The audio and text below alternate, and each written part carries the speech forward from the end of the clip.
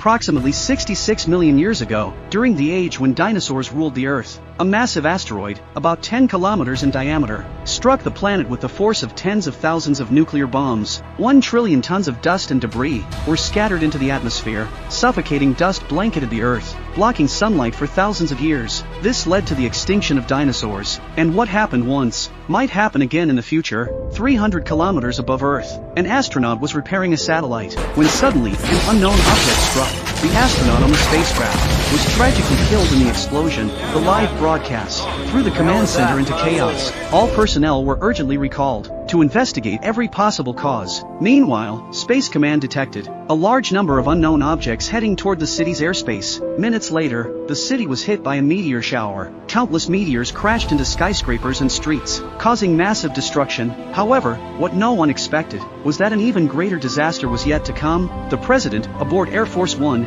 received the news and convened an emergency meeting to inquire about the situation. The small meteor shower was just the tip of the iceberg. NASA, using the Hubble Space Telescope, observed an asteroid the size of Texas, traveling at 30,000 kilometers per hour, heading straight for Earth. A young scientist rushed in. He had calculated the exact time of impact. Only 18 days remained. In 18 days, even if the super asteroid hit the ocean, it would create a 5-kilometer high tsunami. Coastal regions like Japan and Australia would be instantly submerged. Half the global population would be burned by the intense heat. The other half would freeze in the ensuing winter. Even bacteria wouldn't survive. All life would face extinction. The apocalypse had begun. To save the world, NASA immediately held an emergency meeting. After continuous calculations and analysis, they came up with a seemingly impossible plan. Send a team to land on the asteroid, drill an 800-foot hole, and detonate a nuclear bomb from within to split the asteroid in space. But new problems arose. Who could take on this mission?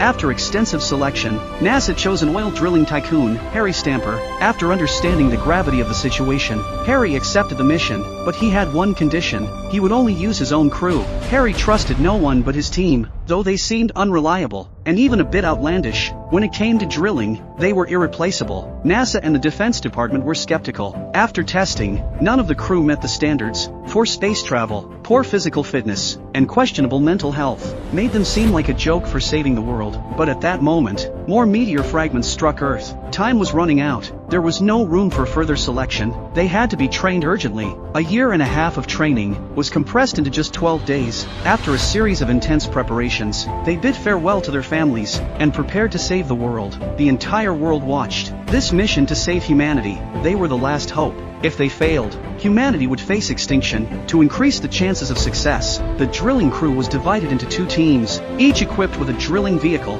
Everything was set. Under the watchful eyes of the world, 2 spacecraft successfully launched. According to the plan, they first reached the space station for fuel resupply, but then an unexpected disaster struck.